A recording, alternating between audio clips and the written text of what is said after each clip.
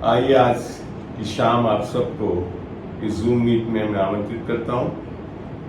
आशा करता हूं कि आज भी हर समय की तरह हमारे को वचन में से सीखने को मिलेगा काफ़ी कुछ। और जब हम इस सभा को शुरू करते हैं तो हम परमेश्वर की ओर ताकते हैं। मैं विशेषकर बीना मेरी वाइफ से निवेदन करूंगा कि इस सभा को शुरू करने के लिए छोटी सी प्रार्थना से इसे शुरू करें।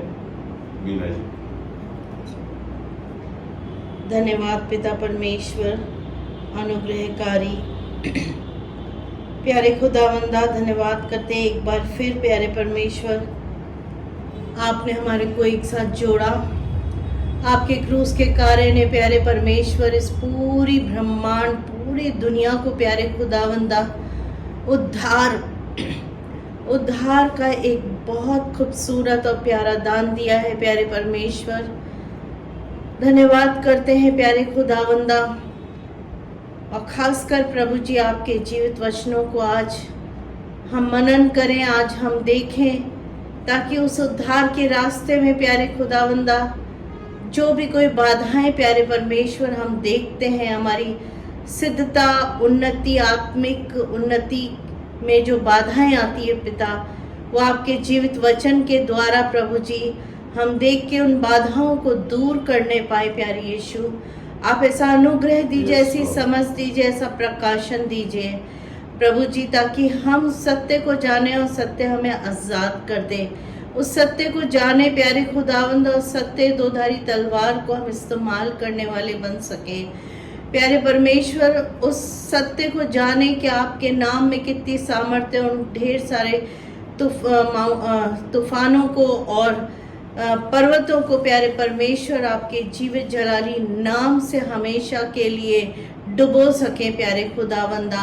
आप ऐसी सामर्थ्य इनायत कीजिए प्यारे खुदावंदा, क्योंकि आपके आत्मिक हथियार प्रभु गढ़ों को ढा देने वाले हैं स्वर्गीय पिता प्रभु जी। इसलिए हम चाहते हैं कि ये आत्मिक हथियारों को हम कैसे इस्तेमाल करें, आप अनुग्रह से करके हमें सिखाइए, समझ खोलिए, बुद्धि खोलिए इस समय, ताकि प्यारे परमेश्वर ये समय प्यारे खुदावंदा आत्मिक उन्नति के अंदर एक आशीष का बाइस बन सके। यीशु के नाम से मांगते हैं, आमीन आमीन आमीन आमीन। सभी जो और भी जुड़े हैं सबको मैं आज शाम इस संध्या में जय मसीह की बोलता हूँ। आशा है और भी जुड़ेंगे अब, और बिना समय गंवाए मैं चाहता हूँ कि सभा को शुरू करें। आज का विषय बड़ा एक अहम विषय है। आप लोगों के दिल में भी आता है कई बार, मेरे को कई दिनों से ये चीज़ आ रही थी कि इस चीज़ों को भी बताऊं कि उद्धार पाने में क्या बाधा आती है, उद्धार क्यों नहीं पा पाते हैं कई लोग। इस बारे में आज वचन से देखेंगे हम कि वचन क्या बताता है हमको कि उद्धार क्यों नहीं पाते हैं लोग। मैं वापस एक निवेदन करना चाहूँगा, किसी ने भी अगर माइक ऑन रखा है तो उसको बंद कर लें। मंजू जी का तो मैं बंद कर रहा हूँ जी, ठीक है ना। और कोई भी जो आ रहा है, जुड़ रहा है, तो उसको बंद कर ले, ठीक है, थैंक यू।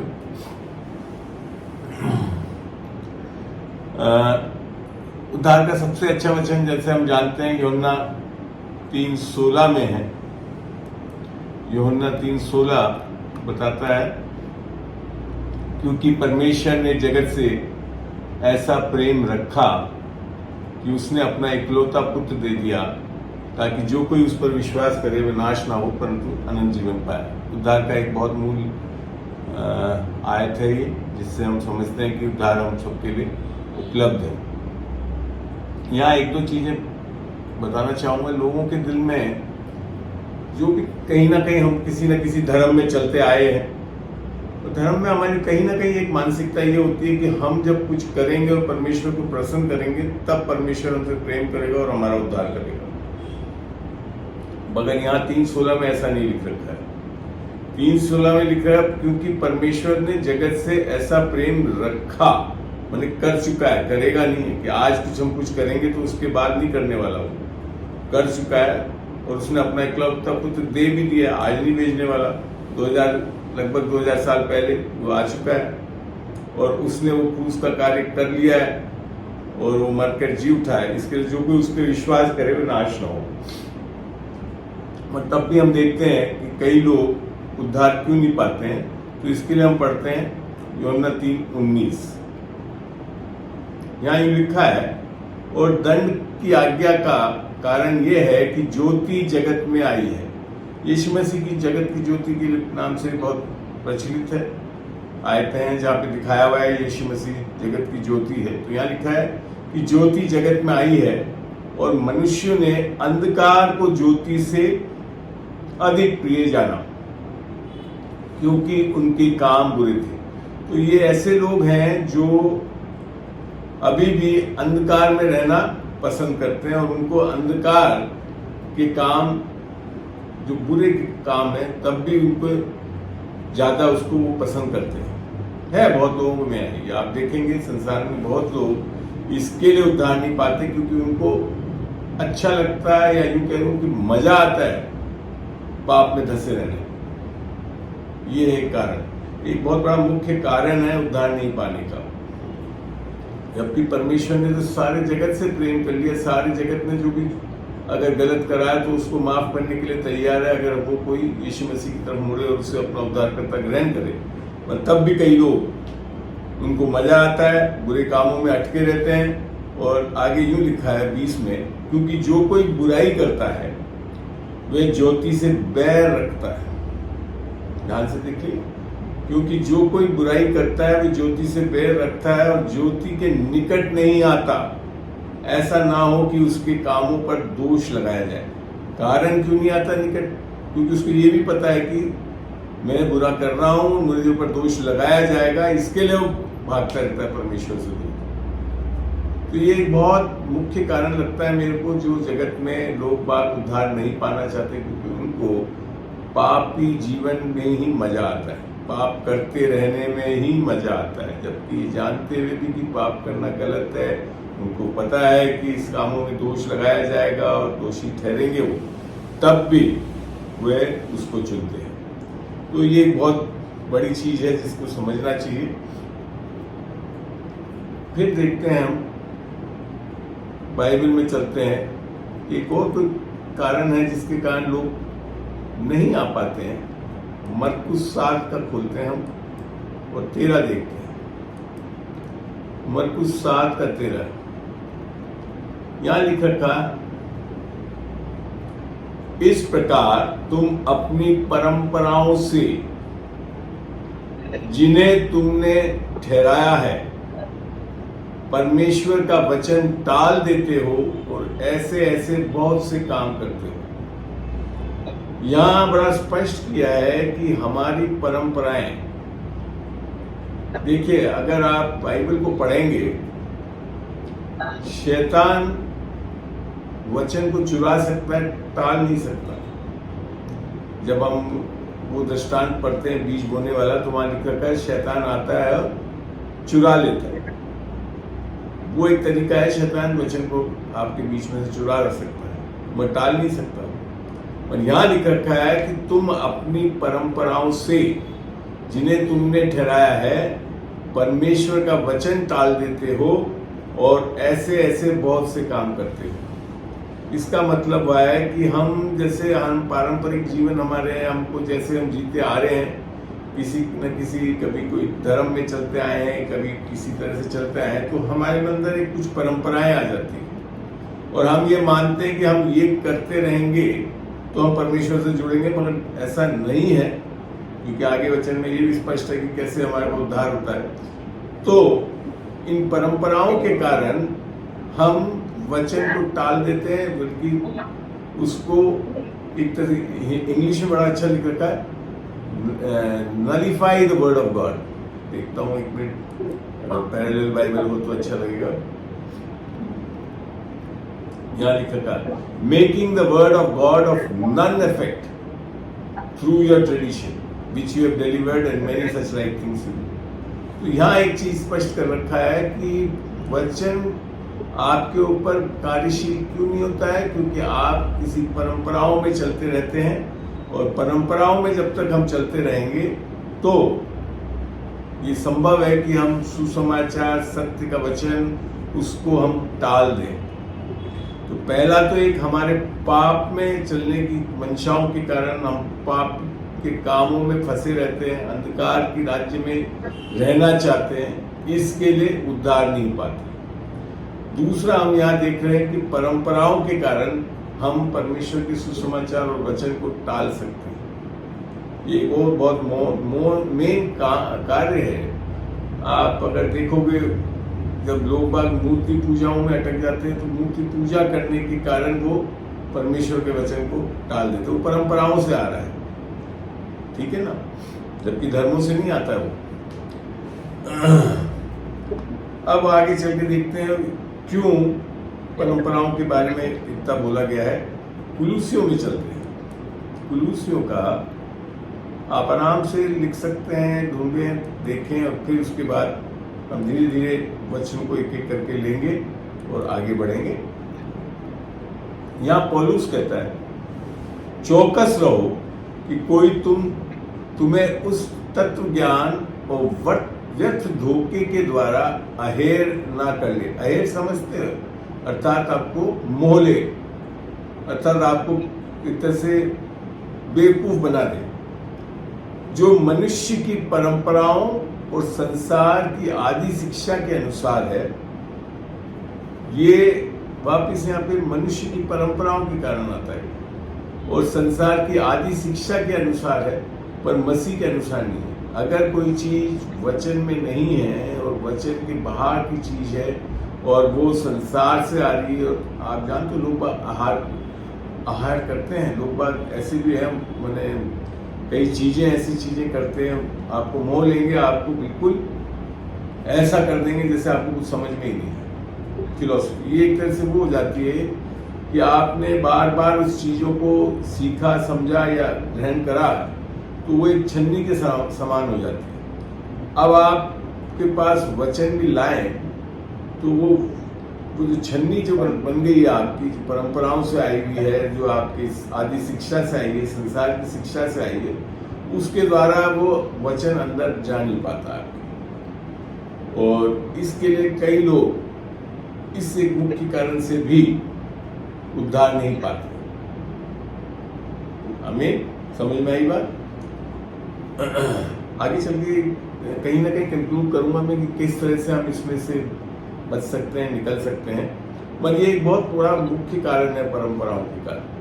हमारे जीवन में माँ बाप के कारण, दादा दादियों के कारण, नाना नानियों के कारण कुछ परंपराएं चलती आती रहती है, हम उसी को करते रहते हैं, मानते हैं कि वही सही है, जबकि वो अगर परमेश्वर के वचन के अनुसार नहीं है तो फिर हम कर रहे हैं, तो निस्संदेह उसके कारण आप परमेश्वर के वचन, सुसमाचार जिससे उद्धार होता है, उसको आप टाल देंगे।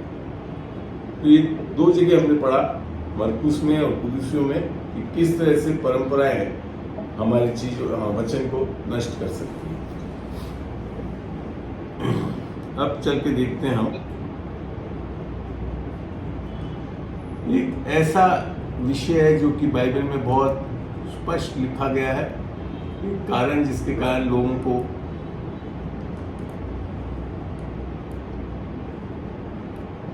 ये है 2 कुरिन्थियों 4:3 से पढ़ा। परंतु यदि हमारे सुसमाचार पर पर्दा पड़ता है तो ये नाश होने वालों ही के लिए पड़ा है। यहाँ क्या लिख दिया, यहाँ एक चीज ध्यान में बताना चाहूंगा कि आगे चल के पता पड़ेगा कि पर्दा किसके द्वारा डाला जा रहा है, उसको आगे भी पढ़ लेते हैं। आगे लिखा, और उन अविश्वासियों के लिए जिनकी बुद्धि इस संसार के ईश्वर ने अंधी कर दी है। इस संसार का ईश्वर कौन बन गया? वो है शैतान। परमेश्वर ने उत्पत्ति में मनुष्य को बनाकर उस संसार का ईश्वर बनाया था, परंतु जब उन्होंने अपना अधिकार किसके हाथ दे दिया? शैतान के हाथ दे दिया, तो क्या हो गया? वो इस संसार का ईश्वर बन गया और उसने इस अधिकार को लेकर उल्टा इस्तेमाल करा और उन लोगों को अंधा कर दिया, ताकि मसीह जो परमेश्वर का प्रतिरूप है, उसके तेजव में सुसमाचार को प्रकाश उन पर ना चमके। ये एक शैतानी ताकत के कारण बड़ा क्लियरली हो रहा है कि शैतान जो है सुसमाचार को बिगाड़ देता है और पर्दा डाल देता है। शैतान सारे वचन पे लोगों को पर्दा नहीं डालता, शैतान विशेषकर सुसमाचार पे पर्दा डालता है, क्योंकि वो जानता है कि सुसमाचार में सामर्थ्य। जैसा रोमियो 1:16 में लिखा है ना, मैं शर्माता नहीं क्योंकि सुसमाचार में एक सामर्थ्य जिससे उद्धार हो सकता है।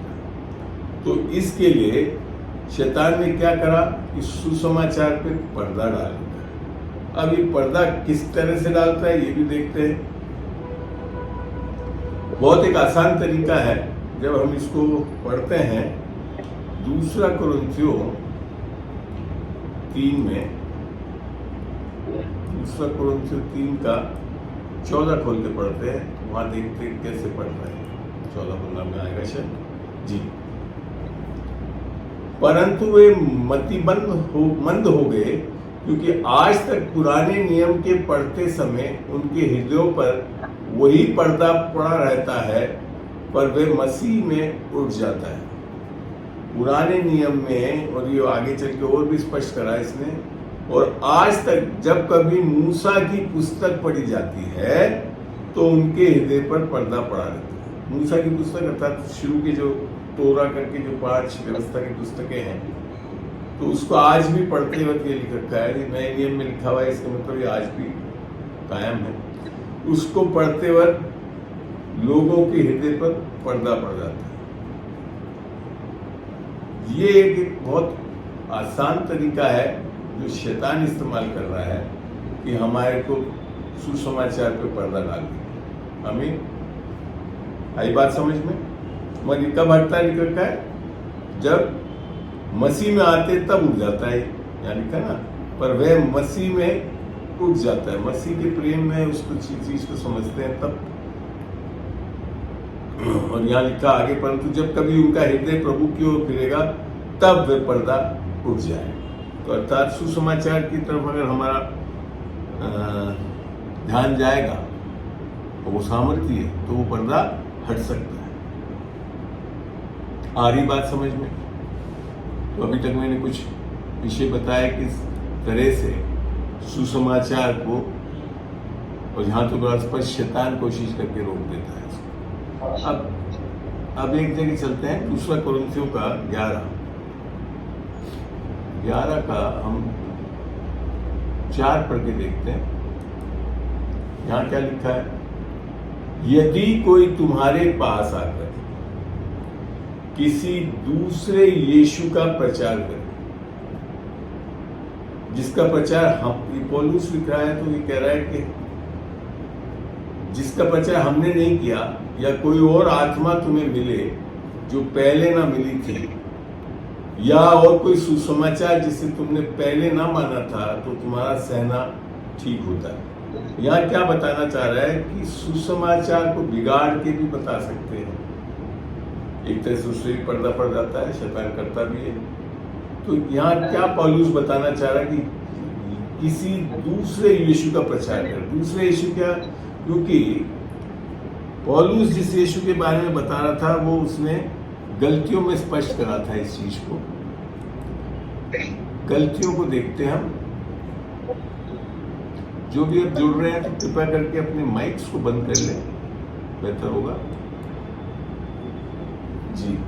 यहाँ 1:6 में लिखा है, गलतियों 1:6 में, मुझे आश्चर्य होता है कि जिसने तुम्हें मसीह के अनुग्रह से बुलाया उससे तुम इतनी जल्दी फिरकर और ही प्रकार का सुसमाचार की ओर झुकने लगे। माने जैसे ही मसीह का सुसमाचार क्या है? अनुग्रह का सुसमाचार। और जैसे ही आप अनुग्रह हटा रहे हैं सुसमाचार में से, तो क्या हो गया? आप एक दूसरा सुसमाचार अर्थात दूसरा यीशु मसीह को आप प्रचार कर रहे हैं।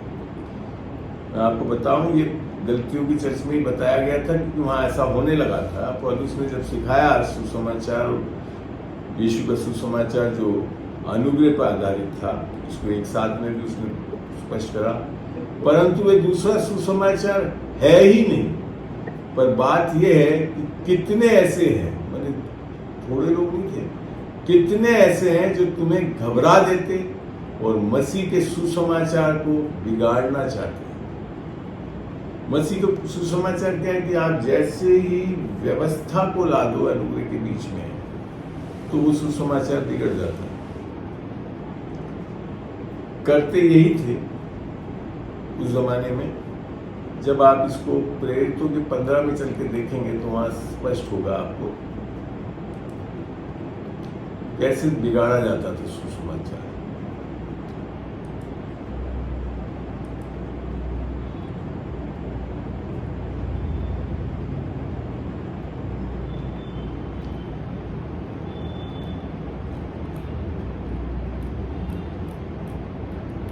यहाँ 1 मिनट रुकिएगा, मैं जरा निकाल के दिखाता हूँ आपको।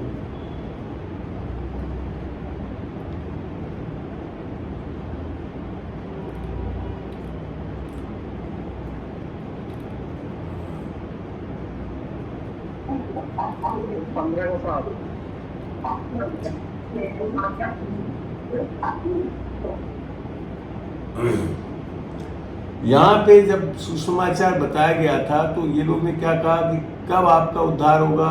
नहीं, ये जो बता रहे हैं ये तो ठीक है सुसमाचार, मगर साथ में आपको खतना भी कराना पड़ेगा, आपको सारे नियमों का पालन भी करना पड़ेगा। ये इधर ये 15 में ही है, ये मैं निकाल नहीं पाया हूँ, किसी को दिख गया हो तो बता दे मेरे को। 15 के साथ में आगे बढ़ो तो नहीं, 15 के साथ में नहीं, ऊपर ही होगा। हाँ, ये 15:1 में लिखा है, फिर कुछ लोग यहूदियों से आकर भाइयों को सिखाने लगे, यदि मूसा की रीति पर तुम्हारा खतना ना हो तो तुम उद्धार नहीं पा सकते। ये है वो व्यवस्था में ले आना, ठीक है ना। तो इस चीज को समझाया उन्होंने कि ये गलत है। हमको केवल इन लोग के कैसे आत्मा पाई थी, सुसमाचार सुन के पाई थी।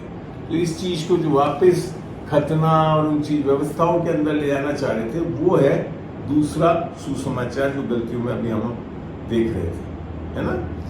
तो अब समझ में आया कि आपको किस तरह से लोग बात सुसमाचार को बिगाड़ देते हैं, व्यवस्था से जोड़ देते हैं। और जैसे ही व्यवस्था से जोड़ देते हैं तो फिर हम अनुग्रह के अधीन नहीं रह सकते। इसको समझना है तो एक आयत से समझ में आएगा। देखते हैं रोमियो 6:14। यहां लिखा है, तब तुम पर पाप की प्रभुता ना होगी, क्योंकि तुम व्यवस्था के अधीन नहीं वरन अनुग्रह के अधीन हो।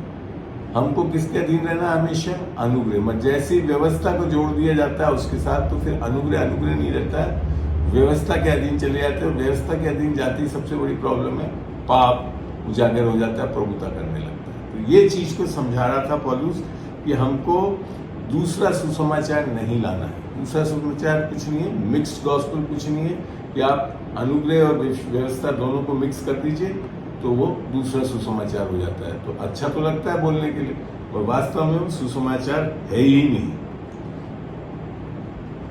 अब पौलुस ने धार्मिकता के आधार पर भी एक चीज समझाई, जो कि है रोमियो 10 में देखते हैं।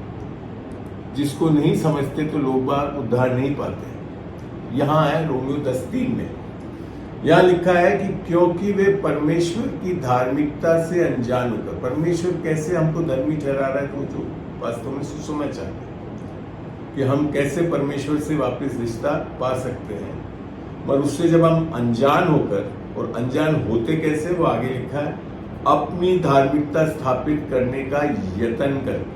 और उसमें बहुत यत्न करना पड़ता है अपनी धार्मिकता स्थापित करने में। परमेश्वर की धार्मिकता के अधीन नहीं रहे।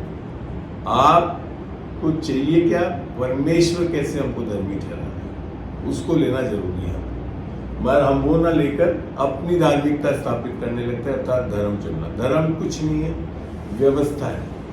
कोई भी धर्म ले लो, वो व्यवस्था है। व्यवस्था तो ये करो, ये ना करो, तब आप जुड़ोगे करके बोलता है। तो यहाँ तक कि ईसाई धर्म में भी ये चीज आ गई थी पुराने नियम में, कि अपनी धार्मिकता स्थापित करने लगते थे। ये चीज को और भी स्पष्ट करा था पौलुस ने ये अपनी स्वयं की धार्मिकता कैसे आती है, जब आप इसको फिलिपियों में पढ़ेंगे 3:9 में से पढ़ के बता रहा हूं मैं आपको। यहाँ पौलुस लिखा और उसमें पाया जाऊं ना कि अपनी उस धार्मिकता के साथ जो व्यवस्था से है। देख रहे हैं आप, व्यवस्था को लाते ही, मिक्स्ड गॉस्पेल लाते ही व्यवस्था पे आधारित गॉस्पेल को बताने लगते हैं, तो क्या होता है, वरन उस धार्मिकता के साथ जो मसीह पर विश्वास करने के कारण है। हमारे को धार्मिकता क्या चाहिए, जो केवल और केवल मसीह पर विश्वास करने से जो आती है, जो परमेश्वर की ओर से विश्वास करने पर मिलती है। तो ये है उद्धार का कारण, ये एक दान है जो हमारे को मिलता है। तो ये चीज को समझना, और इसको बहुत अच्छी तरह यीशु मसीह ने बताया कि स्वयं की धार्मिकता के प्रॉब्लम को लूका में समझाया। लूका 18 खोलते हैं और 9 से पढ़ते हैं। वहां 2 व्यक्तियों के बारे में जिक्र कराया और उसने उनसे जो अपने ऊपर भरोसा रखते, यहाँ देखिए आप, अपने ऊपर भरोसा रखना अर्थात स्वयं की धार्मिकता पे चलने वाले, कि हम धर्मी हैं और दूसरों को तुच्छ जानते हैं, ये दृष्टांत कहा। और इसमें 2 व्यक्तियों के बारे में बता रहे, एक तो फरीसी है और एक मनुष्य जो चुंगी लेने वाला है। दोनों गए वहां पे। फरीसी ने तो सारी चीजें खड़े होकर बता दी कि मैं प्रार्थना करता हूँ, मैं दशवांश देता हूँ, मैं व्यभिचार नहीं करता, अर्थात व्यवस्था को भी पूरा करता हूँ, मैं सप्ताह में 2 बार उपवास करता हूँ, अपनी सब कमाई का दशवांश भी कर देता हूँ। परंतु चुंगी लेने वाला तो अंदर भी नहीं आया मंदिर में, दूर खड़ा होकर आंखें उठाकर वह अपनी छाती पीट पीट कर कहा, हे परमेश्वर मुझ पापी पर दया कर। तो स्वयं की धार्मिकता से हम पाप में से नहीं निकल सकते जब तक हम अनुग्रह नहीं लेंगे, पाप की माफी नहीं लेंगे, तब तक हम धर्मी भी नहीं ठहर सकते। तो यहाँ परमेश्वर यीशु मसीह ने बोला कि ये व्यक्ति जो चुंगी लेने वाला है, ये तो धर्मी ठहर गया, और जो सारी चीजें बाइबल से कर रहा है, बाइबल की ही चीजें हैं, और तब भी धर्मी नहीं ठहर सकता। तो ये एक बहुत बड़ा मुख्य कारण है लोगों के बीच में कि जब हम स्वयं की धार्मिकता पे खड़े हो जाते हैं। और मैं ये कहूँगा कलीसिया में ये बहुत कॉमन चीज हो गई कि हम क्या अच्छा कर रहे हैं और उसके आधार पे परमेश्वर से जुड़ना चाहते हैं, तब उद्धार नहीं पाते।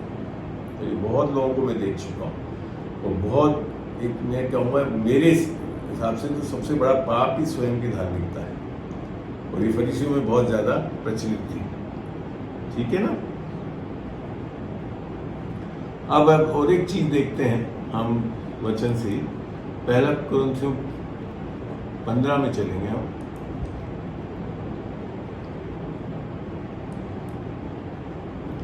और 56 को देखते हैं। ये इसलिए मैं बता रहा हूं, यहाँ पे अब सारी चीजें व्यवस्था से जुड़ी हुई चीजें हैं। 56 में लिखा है मृत्यु का दंड पाप है। मृत्यु क्या क्यों आती है? पाप करने से। और पाप का बल व्यवस्था है, और पाप को बल कहां से मिल रहा है? धार्मिकता से नहीं मिल रहा, या अनुग्रह से नहीं मिलता, व्यवस्था है। अभी पढ़ा था हमने 6:14 में भी कि पाप की प्रभुता ना होगी, क्योंकि तुम व्यवस्था के अधीन नहीं परंतु अनुग्रह के अधीन। तो ये एक सबसे बड़ी प्रॉब्लम है लोगों के बीच में। व्यवस्था एक तरह से आप देखेंगे तो जितने भी धर्म है वो एक व्यवस्था के पलंदा है, और जब तक हम धर्म में चलते हैं उसमें क्या हो जाता है कि हम अपनी धार्मिकता पे खड़े हो जाते हैं, अपने स्वयं की अच्छाई के कारण परमेश्वर से जुड़ना चाहते हैं, और उससे जुड़ नहीं सकते हैं, तब भी हम पापी ही रहेंगे, क्योंकि उसमें मूल चीज जो हमको पता नहीं है कि हम पापी हैं कैसे, है ना। तो इसको सबसे पहले देखते हैं कि पापी हम कैसे बन गए थे, और इसके लिए पढ़ना पड़ेगा हमको रोमियो 5 का 19। यहां स्पष्ट बताया, क्योंकि जैसा एक मनुष्य के आज्ञा ना मानने से बहुत लोग पापी ठहरे, हमारे आज्ञा ना मानने से नहीं पापी ठहरते, हम ठहर चुके हैं, क्योंकि आदम ने अनाज्ञाकारी हुआ और उसके कारण पूरा संसार का जो मनुष्य कौम था वो पापी ठहर गया था। और उसका समाधान कैसे हुआ? वैसे ही एक मनुष्य की आज्ञा मानने से, अर्थात यीशु मसीह जो दूसरा आदम था, से बहुत लोग धर्मी ठहरेंगे। दोनों में अपना कर्म इन्वॉल्व नहीं था, मनुष्य का कर्म इन्वॉल्व नहीं था, खाली आदम और दूसरे आदम अर्थात यीशु मसीह का। तो ये है मुख्य कारण आत्मिक जगत में पाप में आने का, और पाप के कारण हमारे को उद्धार की आवश्यकता, और पाप में उद्धार पाने के लिए हमको यीशु मसीह की धार्मिकता ही चाहिए। हम अपनी धार्मिकता अपने कामों से, अपने बल से, अपनी सामर्थ्य से नहीं हो सकते। इस चीज को पौलुस ने बहुत अच्छी तरह समझाया भी है रोमियो में।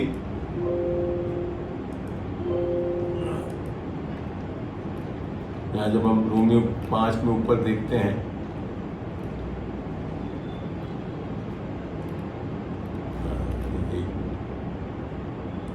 एक मिनट,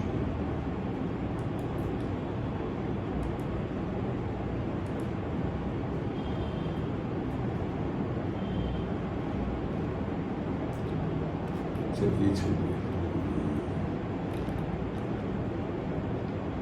रोमियो 5, 1-2 मिनट दीजिएगा मेरे को, मैं अभी आपके समझ लाता हूँ चीज को।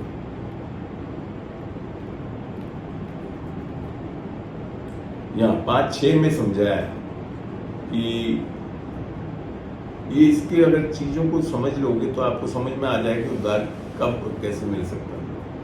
यहाँ लिखा है क्योंकि जब हम निर्बल ही थे, माने हमारे में कोई बल नहीं था, कोई सामर्थ्य नहीं थी कि हम अपने आप को बचा सकें, तब ठीक समय पर भक्तिहीन हो गई। दूसरी चीज, हम भक्ति ये मानने के लिए तैयार नहीं है। हम सोचते हैं कि अच्छा हम थोड़ा कलीसिया चले गए या वचन पढ़ लिया तो हम भक्ति करने वाले नहीं। भक्ति बाइबल में बड़ा अच्छा लग रखा है। इसको अगर आप हिंदी इंग्लिश में देखेंगे तो अच्छे से समझ में भी आएगा आपको। मैं इसको इंग्लिश में भी खोलता हूँ इस वचन को।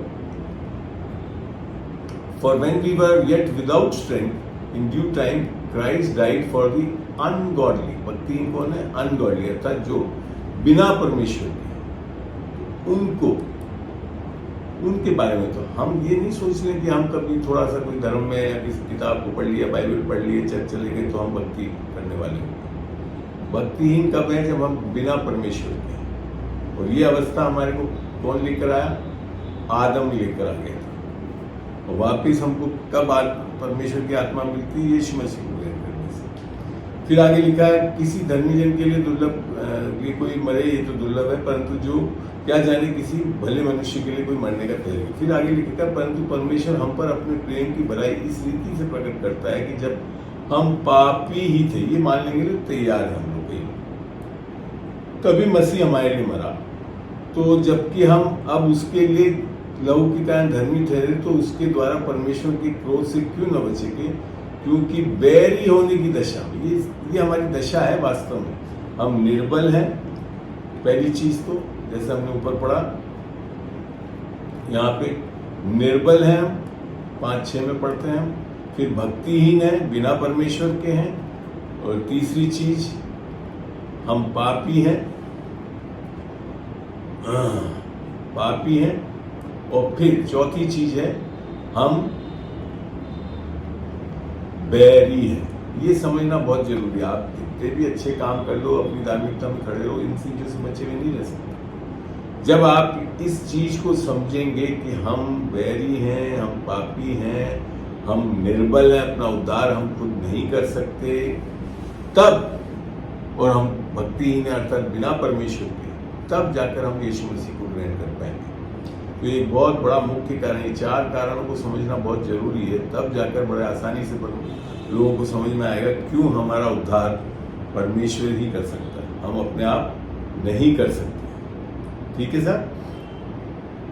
एक जगह और चल के ले आकर दिखाता हूं आपको, बड़ा स्पष्ट लिख दिया है। गलतियों में लेकर चलता हूं। गलतियों 3 का 11 देखते हैं सर। पर यह बात प्रकट है कि व्यवस्था के द्वारा परमेश्वर के यहाँ कोई धर्मी नहीं ठहर सकता, क्योंकि धर्मी जन विश्वास से जीवित रहे। आमीन। बड़ा स्पष्ट कर दिया। व्यवस्था, कामों से, अपने कर्मों से हम कभी भी धर्मी नहीं ठहर सकते। आगे और बड़ा स्पष्ट बताया इधर, पर व्यवस्था का विश्वास से कुछ संबंध ही नहीं है। आप समझ रहे हैं क्यों लोग बात उद्धार नहीं पा पाते? क्योंकि जब आप व्यवस्था में चलोगे तो व्यवस्था का विश्वास, परमेश्वर की बाइबल का जो विश्वास है उससे कोई संबंध ही नहीं है, तो फिर कैसे आप जीवित होंगे? बाइबल में तो लिखा है धर्मी जन विश्वास से जीवित रहेंगे। तो फिर अब लेकर चलता हूं आपको इसी परिप्रेक्ष्य में रोमियो में 3:20 में, रोमियो 3:20 में चलते हैं ना। यहाँ लिखा है, क्योंकि व्यवस्था के कामों से कोई प्राणी उसके सामने धर्मी नहीं ठहरेगा। तो आप समझ रहे हैं क्यों लोग बाग उद्धार नहीं पा रहे? क्योंकि लोग बाग व्यवस्था को लेकर धर्मी ठहरना चाहते हैं, धर्म को लेकर नियम कायदों को पूरा करके धर्मी ठहरना चाहते हैं, जबकि बाइबल बार बार बता रही है कि क्योंकि व्यवस्था के कामों से कोई प्राणी उसके सामने धर्मी नहीं ठहरेगा, इसलिए कि व्यवस्था के द्वारा पाप की पहचान होती है। इस कारण से व्यवस्था में कोई खराबी नहीं है, व्यवस्था बिल्कुल सही है, मगर व्यवस्था से धर्मी नहीं ठहर सकते। ये चीज लोग बात नहीं जान पाते। 21 में लिखा है, अब यहाँ 21 में बताया, पर अब बिना व्यवस्था परमेश्वर की धार्मिकता प्रकट हुई है। ये बिना व्यवस्था से उसका कुछ लेना देना नहीं, जिसकी गवाही व्यवस्था और भविष्यवक्ता भी देते हैं। पुरानी व्यवस्था में और भविष्यवक्ताओं ने भी दी है, यशायाह ने, इन्होंने, अर्थात परमेश्वर की वह धार्मिकता जो यीशु मसीह पर विश्वास करने से सब विश्वास करने वालों के लिए है, क्योंकि कुछ भेद नहीं। जब तक हम लोग बात सोच रहे हैं कि हम किसी चीज पे भी विश्वास कर ले, किसी भी परमेश्वर पर विश्वास कर ले तो धर्मी ठहर जाएगा, ऐसा है नहीं। बाइबल कहती है केवल यीशु मसीह पर विश्वास करना, क्योंकि वो हमारे लिए उद्धारकर्ता और प्रभु बना है, तब जाकर हम उद्धार पा सकते हैं। आमीन। और कारण ये है कि उद्धार सबकी जरूरत है, क्योंकि सबने पाप किया और परमेश्वर की महिमा से रहित है। आमीन। गलतियों 2:16 में बहुत अच्छी तरह पौलुस ने इसी बात को और दृढ़ता से बताया है। गलतियों 2:16 में ले चल रहा हूं आपको। तो भी ये जानकर कि मनुष्य व्यवस्था के कामों से नहीं, पर केवल, समझ रहे, केवल शब्द माने इसके अलावा और कुछ नहीं, केवल यीशु मसीह पर विश्वास करने के द्वारा धर्मी ठहरता, अर्थात उद्धार पा सकते हैं। हमने आप भी मसीह यीशु पर विश्वास किया कि हम व्यवस्था के कामों से नहीं, पर मसीह पर विश्वास करने से धर्मी ठहरे, इसलिए कि व्यवस्था के कामों से कोई प्राणी धर्मी नहीं ठहरेगा। बाइबल बार बार ये बोल रही है कि हम व्यवस्था के कामों से धर्मी नहीं ठहर सकते, और कई लोग आज भी इसी चीज पे निर्भर कर रहे हैं कि हम कुछ करके दिखा दें तो हम धर्मी ठहर जाएं। धर्मी ठहरने के लिए केवल और केवल यीशु मसीह पे विश्वास करने से उद्धार के रूप में मिलता है, और अपने कामों के कारण हम पा ही नहीं सकते। तो ये मैं जो बताना था कि आज हम जब कई बार देखते हैं कि कई लोग नहीं पाते हैं, वो ये मुख्य कारण है जो आज मैंने आपको बताया। और इसका तरीका क्या है? हम अपने मन को नया करें वचन से, वचन को देख के, सत्य को देख के, सत्य हमें आजाद करे, ताकि हम सही रूप से जान सके कि उद्धार कैसे मिलता है और क्यों आया यीशु मसीह। और यही तो बहुत जरूरी चीज है, क्योंकि अगर व्यवस्था से ही सब कुछ हो सकता था तो 21 में यहाँ बड़ा स्पष्ट पौलुस ने बोला, मैं परमेश्वर के अनुग्रह को व्यर्थ नहीं ठहराता, क्योंकि यदि व्यवस्था के द्वारा धार्मिकता होती, अगर उद्धार होता तो मसीह का मरना व्यर्थ होता। ये हम कर रहे हैं। जब हम यीशु मसीह को अपना उद्धारकर्ता और प्रभु नहीं मान रहे हैं, और हम अपने व्यवस्था के कामों से धर्मी ठहरना चाह रहे हैं परमेश्वर के, तो हम सही में परमेश्वर के मुंह पे तमाशा मार रहे हैं, कह रहे तेरा बेटा हमारे लिए कुछ नहीं कर पाया, जबकि करा उसी ने, उसी के द्वारा हमारा उद्धार हो सकता है।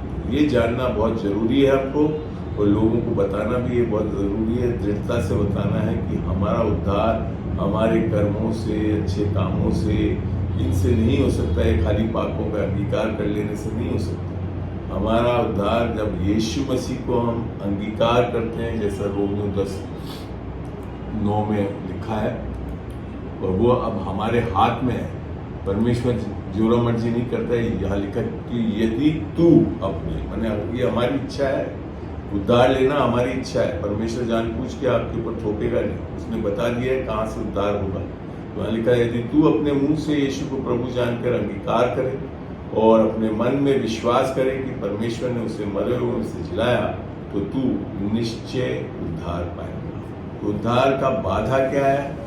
जो आज मैंने आपको सिखाया, इन चीज़ों के कारण बाधा रहती है, लोग उद्धार नहीं पाते हैं। और मैं चाहूँगा कि आप भी इन चीज़ों को सीखें, समझाएं लोगों पे, अपने प्रियजनों के बीच में जो अभी तक उद्धार नहीं पाए हैं। तो इन कारणों में से कुछ कारण होंगे जिसके कारण आप देख रहे हैं कि वो लोग जब शैतान ने उनके पर्दा डाल रखा, हो सकता है डिलीवरेंस की जरूरत पड़े ऐसे समय में, तो वो भी आप करें लोगों के बीच में, तब जाकर लोग यीशु मसीह को अपना उद्धारकर्ता और प्रभु ग्रहण कर सकें। आशा करता हूँ आपको ये सभा अच्छी लगी होगी, काफ़ी कुछ सीखने के लिए मिला होगा इसमें से, और कोशिश करके मैं जैसे हर बार करता हूँ इस पूरे रिकॉर्डिंग को मैं YouTube पे डालूंगा, कल से अवेलेबल रहेगा।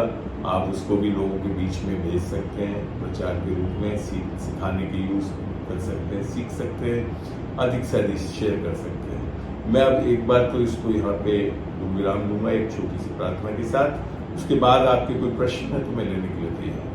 प्रभु तेरा धन्यवाद देता हूँ समय के लिए, आज की शाम के लिए तूने एक अच्छा मौका दिया, लोगों को जोड़ा खुदावन, काफी लोग जुड़े खुदावन, ताकि आज सीख सके खुदावन तेरे वचन से कि उद्धार में किस किस प्रकार से बाधाएं आती है खुदावन, और उन बाधाओं को निकालने, निवारण करने में वो सक्षम हो सके खुदावन, ताकि आने वाले दिनों में जब सुसमाचार का प्रचार करें तो इन चीज़ों से बच के इनके सही तरीके से लोगों के बीच में सुसमाचार को बांट सके खुदावन। धन्यवाद देता हूँ, ये छोटी सी दुआ तेरे प्यारे बेटे यीशु मसीह के नाम में होकर मांगता हूँ, सुन और कबूल कर।